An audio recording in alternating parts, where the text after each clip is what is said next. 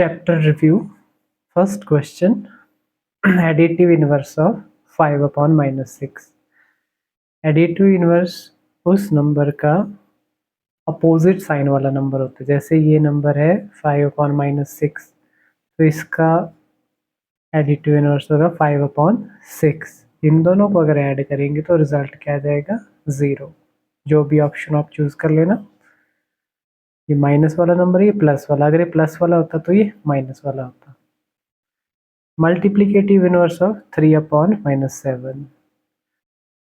तो multiplicative inverse या reciprocal क्या होगा इसका, 7 अपॉन 3। जस्ट उल्टा कर दिया। फिर standard form of this rational number. Standard form क्या होती है, सबसे पहले हम माइनस को डिनोमिनेटर में नहीं रहने देते, तो माइनस कहाँ चला गया, ऊपर भेज दिया न्यूमिनेटर के पास। अब यहाँ पे कॉमन डिवाइजर 1 होना चाहिए, 1 के अलावा कोई और नहीं होना चाहिए, यानी इतना छोटा कर देना है इसको। अभी तो किस टेबल में आ रहा है 1 के अलावा, 4 में। 4 3 ज़ा 12, 4 7 ज़ा 28। तो क्या है, -3 अपॉन 7। अब तो नहीं आ रहा किसी और टेबल में 1 के टेबल के अलावा। स्टैंडर्ड फॉर्म वो होती है जिसमें न्यूमिनेटर और डिनोमिनेटर सिर्फ 1 से डिवाइड हो, किसी और कॉमन डिवाइजर ना हो। ठीक है, ये आ गई इसकी स्टैंडर्ड फॉर्म। नेक्स्ट फोर्थ है, ये पूछ रहे हैं the number of rational number between given 2 rational numbers. जैसे 2 रैशनल नंबर आपको दिए हुए हैं, इनके बीच में कितने रैशनल नंबर्स हो सकते हैं, इनफाइनाइटली मैनी। अभी तो 2 ही दिख रहे हैं ना, 4 5, 4/4, 5/4 है ना।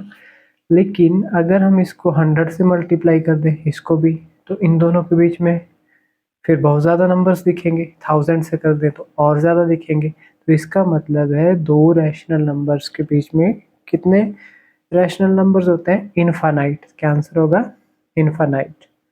क्वेश्चन नंबर 5 है, 7 अपॉन 49 को ये चेंज करके लिख रहे हैं। ये चाहते हैं कि डिनोमिनेटर में 147 आए। ठीक है, तो इसका न्यूमिनेटर क्या होगा, तो इसका मतलब ये जो रैशनल नंबर लिख रहे हैं जहाँ पे डिनोमिनेटर 147 है, ये और ये इक्विवेलेंट रैशनल नंबर्स हैं। तो 49 को किससे मल्टीप्लाई करके 147 आया होगा, 3 से। तो अगर डिनोमिनेटर को 3 से मल्टीप्लाई हुआ है तो न्यूमिनेटर को भी किससे होगा, 3 से। ठीक है, तभी 49 से 147 बना है। ठीक है, तो 7 से क्या बन जाएगा, 21 माइनस का 21। जो भी ऑप्शन है चूज कर लेना। अगला क्वेश्चन है 6th, which of the following rational number can not be written with 9 as denominator. कौन सा रैशनल नंबर ऐसा है जिसका डिनोमिनेटर 9 नहीं है एक तरह से। तो देखो 18 जो है, जब हम इसको कट करेंगे, 2 2 ज़ा 4, 2 9 ज़ा 18, तो 4 अपॉन 18 को तो लिखा जा सकता है, 9 एज डिनोमिनेटर है ना, जब हमने डिवाइड किया।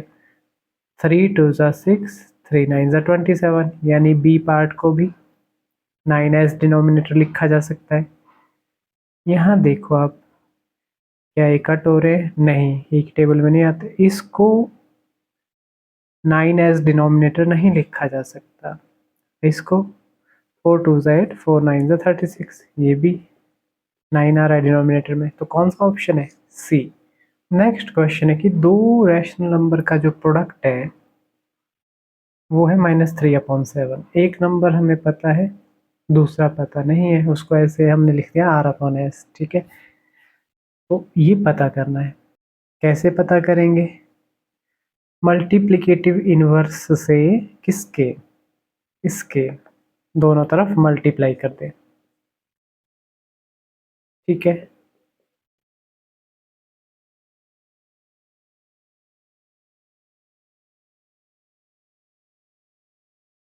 ऐसा क्यों किया, ताकि यहाँ से ये रिमूव हो जाए।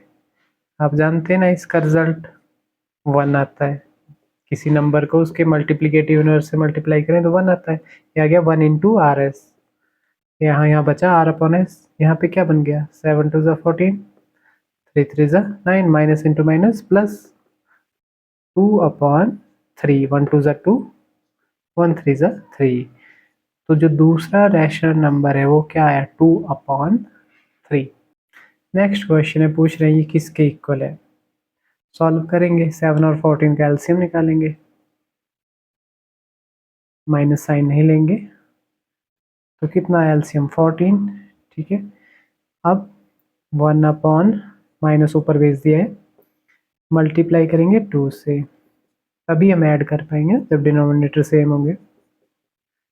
इसका डिनोमिनेटर वही है तो ऐड कर देंगे, माइनस 2 अपॉन 14 प्लस 3 अपॉन 14। तो क्या बन गया आगे, डिनोमिनेटर कॉमन, माइनस 2 प्लस 3, 3 से 2 गए कितना बचा 1 अपॉन 14। ऑप्शन से चूज कर लेंगे।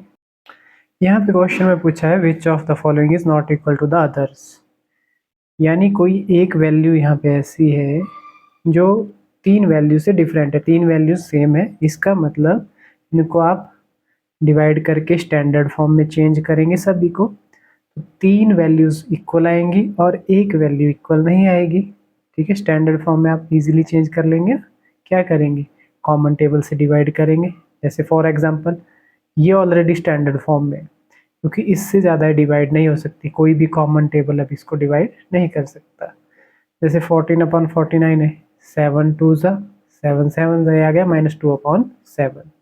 इसी तरह से इसको भी सॉल्व करना है, इसको भी, फिर देखना है कौन सी जो वैल्यू है वो डिफरेंट है। ये दोनों तो देखो सेम आ गई, ठीक है।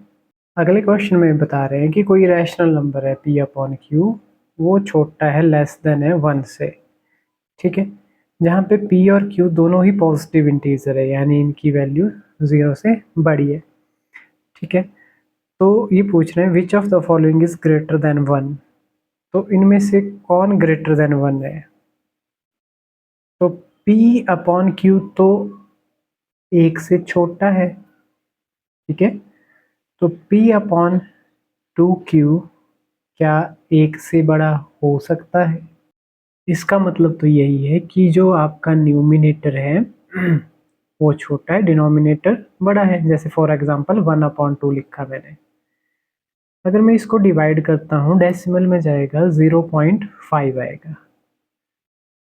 तो अगर न्यूमिनेटर छोटा हो डिनोमिनेटर बड़ा हो तभी वो रैशनल नंबर 1 से छोटा हो सकता है, ठीक है। अगर मैं यहाँ पे 4/3 लिखता हूँ, मान लो न्यूमिनेटर बड़ा डिनोमिनेटर छोटा, तो 1 पॉइंट समथिंग आएगा आंसर। तो यहाँ एक बात क्लियर है कि न्यूमिनेटर छोटा है डिनोमिनेटर बड़ा है, ठीक है। एग्जाम्पल से समझ लिया हमने। अब ये कह रहे हैं कि p अपॉन 2q अगर हम लिखें तो क्या रिजल्ट ग्रेटर देन 1 हो जाएगा। जैसे 1 अपॉन 2 है, इसी से समझते हैं, इसको 2 से मल्टीप्लाई कर दीजिए 1 अपॉन 4 बन गया, तब भी तो आंसर है वो 0 पॉइंट समथिंग ही आएगा ना। डिनोमिनेटर बड़ा हो रहा है, न्यूमिनेटर छोटा है, तो तब ग्रेटर देन 1 हो जाएगा क्या, नहीं, तब भी और छोटा हो जाएगा। तब p अपॉन क्यू स्क्वायर, नहीं, तब भी लेस देन 1 ही रहेगा रिजल्ट। अब p माइनस क्यू, जैसे 1 अपॉन 2 है, 1 माइनस 2 कर देंगे, तब क्या 1 से ग्रेटर हो जाएगा रिजल्ट, नहीं, तब भी नहीं होगा। तो last option q upon p, हाँ, तब रिजल्ट 1 से बड़ा होगा अगर रेसिप्रोकल लिख दिया। जैसे 1 अपॉन 2 है, 2 अपॉन 1 अगर लिख दिया तो रिजल्ट क्या आया 2, जो कि 1 से ग्रेटर है। हाँ, ऐसा हो सकता है। This option is correct. समझ गए।